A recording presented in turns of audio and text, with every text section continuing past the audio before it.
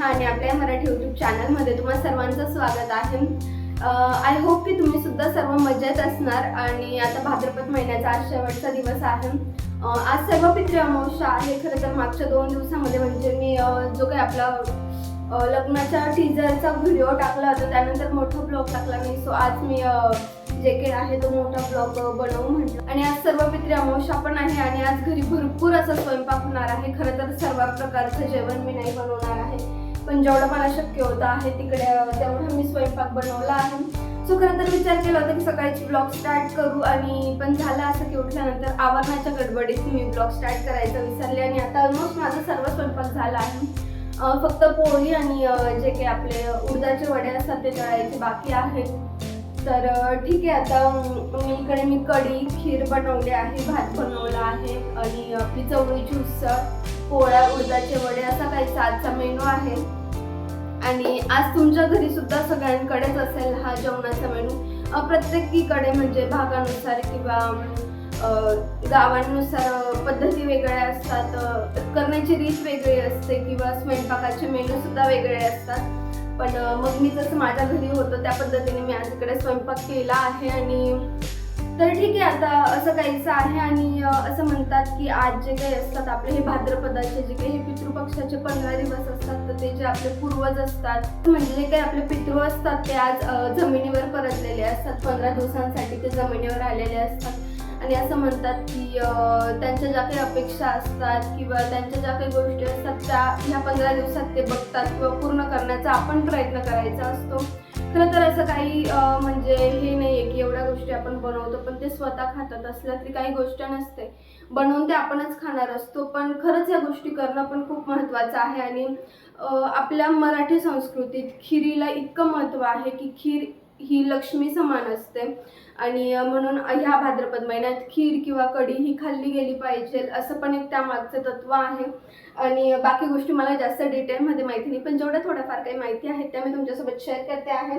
तर ठीक आहे, ऑलमोस्ट आपला स्वयंपाक करून झाला आहे आता आणि नंतर आता थोड्या वेळात जे काही आहे ते आपण पितरांचा नैवेद्य वगैरे दाखवू आणि छान असं मनोभावे त्यांची आराधना करून वगैरे। खरं तर आज सगळे पितृ जे काही आहेत आपले तर ते परततात म्हणजे ते जमिनीवर आलेले असतात आणि आज ते जिकडे असतात तिकडे ते परत जातात, म्हणून ही आजची शेवटची पितरपाठ्याचा दिवस आहे हा।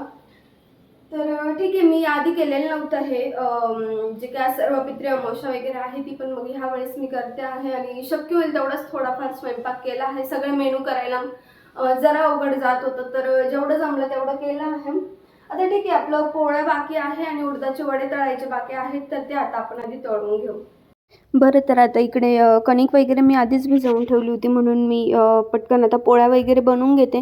खरं तर आहे ना, आजच्या दिवशी भरपूर असा मेनू असतो, जसं की आळूच्या वड्या, नंतर 2-3 प्रकारच्या भाज्या असतात, भोपळ्याची भाजी, गवारची शेंग किंवा भेंडीची भाजी वगैरे आणि त्यानंतर अजून भरपूर अशा गोष्टी असतात, पण मला शक्य होईल तेवढ्या गोष्टी मी आज इथे बनवते आहे। आणि आज असं म्हटलं जातं की आज जी काही सर्व पितृ अमावस्या आहे तर या दिवशी पितरांचं श्राद्ध घालण्यासाठी जो काही भात असतो हा बिना मिठाचा किंवा तेलाचा फक्तच पाण्याची उकळी काढून जो काही आपला तांदूळाचा भात असतो तो शिजवून घ्यायचा असतो। आणि ॲक्च्युली मी एका ठिकाणी वाचलं पण होतं की ज्यावेळी आपण तांदूळ धुतो तर जे म्हणजे आपण एक पाण्यातून धुवून काढलेला तांदूळ असतो हा मृत व्यक्तींसाठी वापरला जातो किंवा 2 पाण्यातून धुतलेला तांदूळ हा जनावरांसाठी वापरला जातो आणि 3 किंवा 3पेक्षा जास्त वेळा जर आपण पाण्यातून तांदूळ धुवून काढला तर तो आपल्या माणसांसाठी वापरला जातो। तर ह्या गोष्टी मी वाचल्या होत्या, सो मला वाटलं की ह्या गोष्टीसुद्धा आजच्या दिवशी मी तुमच्यासोबत शेअर कराव्या। त्यानंतर इकडे माझ्या पोळ्या वगैरे करून झाल्या होत्या आणि आता जे काही होते उडदाचे वडे बनवण्यासाठी मी इकडे कढईत जी काही आपली लोखंडी कढई असते ना त्यात तेल गरम करायला काढलं होतं। आता छानपैकी तेल गरम झालं की मस्त आपण जे काही उडदाचे वडे आहेत ते बनवून घेऊ। उडदाचे वडे बनवण्यासाठी मी कालच उडदाची डाळ वगैरे भिजत घातली होती आणि छान असं सकाळपर्यंत ती मऊ पण झाली होती। मग सकाळी मी आधी उठल्यानंतर सर्वात आधी ती जी पेस्ट होती ती बनवून घेतली अंघोळ वगैरे झाल्यानंतर। तर ठीक आहे, आता उडदाचे वडे बनवताना मी उडदाची डाळ बारीक करून घेतली आहे, याच्यात पाणी बिलकुल टाकलं नाही आहे। त्यानंतर मी जे काही हिरवी मिरची होती, हिरवी मिरची, लसूण, कोथिंबीर आणि जिरं घालून मी छान अशी याची पेस्ट बनवून घेतली आणि नंतर याच्यात बनवताना मी फक्त मीठ, हळद आणि हिंग जिरं म्हणजे जी धने जिरे पूड आहे ती टाकली आहे. आता छान असं हे जे वडे आहेत ते मी व्यवस्थित बनवून वगैरे घेते, तळून घेते. आणि याचं जर उडदाच्या वड्यांचं जर तुम्हाला डिटेल व्हिडिओ हवा असेल ना तर मला कमेंट करून सांगा, मी याचा एक सेपरेट व्हिडिओ पण बनवेल. आणि खरं तर याच्यात मी आता सोडा वगैरे काहीच टाकलं नाही, पण याला बनवताना मी खूप वेळ फेटून घेतला आहे. सो जेणेकरून जे बॅटर आहे किंवा जे हे पीठ आहे ते खूप खुसखुशीत होतं आणि छान असं त्याच्यात फेटून घेतल्यामुळे छान असे पोकळ वडे बनतात त्याचे.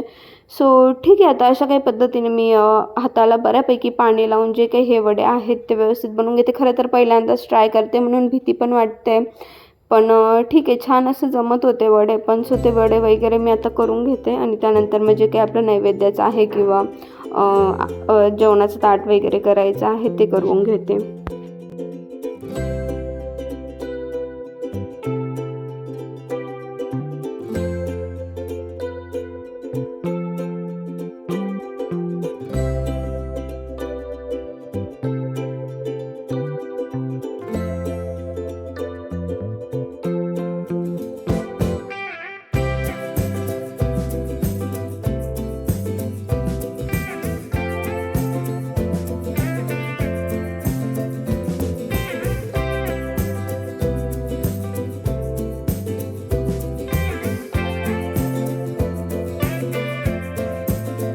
तर ठीक आहे, आता इकडे मी जे काही होते ते 3-4च वडे बनवून तळून घेते, कारण आधी जे काही आहे ते देवांचं आणि पितरांचं नैवेद्य दाखवून देऊ आपण आणि मग नंतर आमच्यासाठी जेवताना मी गरम गरम तळेल. त्यानंतर मी इकडे ताट वगैरे करून घेतलं आपलं देवांसाठी आणि त्यात सगळ्या वस्तू वगैरे ठेवून घेतला. दही भाताचा पण नैवेद्य आजसाठी खूप महत्त्वाचा मानला जातो, तर मी एका वाटीत दही भातसुद्धा घेतला आहे आणि असा काहीसा छान असा ताट करून पाण्याचं मंडल वगैरे बनवून छान देवाला ताट दाखवला, नैवेद्य दाखवला, पितरांसाठी छान अशी प्रार्थना केली. खरं तर ह्या 15 दिवसांमध्ये ते आपल्यासोबत राहून आपल्या सगळ्या गोष्टींचं निरीक्षण करत असतात आणि आजच्या दिवशी ते परत जाताना आपल्याला चांगला आशीर्वाद देऊन जात असतात. सो ठीक आहे, त्यांच्या ज्या काही उर्वरित अपेक्षांसाठी आपण देखील आजच्या दिवशी छान असं म्हणजे जे काही श्राद्ध वगैरे करून त्यांना हे जेवणाचा नैवेद्य वगैरे द्यायचा. त्यानंतर आमची जेवण वगैरे झाली आणि खरं तर आहे ना, काही करायचं म्हटलं ना तर असं वाटतं की किचनमधली प्रत्येक वस्तू किंवा काही बनवायचंही म्हटलं ना तर किचनमधलं प्रत्येक भांडं त्या जेवणाचा आस्वाद घ्यायला येतो असं वाटतं. खूप पसारा झाला होता भांड्यांचा. सकाळपासून 2 वेळा लिटरली माझी भरपूर अशी भांडी घासून झाली होती. सो आता भांडी वगैरे घासून झाली, बाकी बाहेर वाळत ठेवली. त्यानंतर बेडमध्ये भरपूर कपड्यांचा पसारा होता. आता तो कपड्यांचा पसारा वगैरे आवडते आणि 2 दिवसापासून फोनमध्ये काहीच नाही तरी फुल स्टोरेज दाखवतोय. सो तो फोनचाही प्रॉब्लेम मी क्लिअर करते आणि आजचा ब्लॉग मी इथेच एंड करते. जर तुम्हाला आपला आजचा व्हिडिओ आवडला असेल तर व्हिडिओला लाईक, शेअर, कमेंट नक्की करा आणि जर तुम्ही आपल्या चॅनलवर नवीन असाल तर प्लीज आपल्या चॅनलला सबस्क्राईब करून घ्या. Thank you so much for watching. Bye.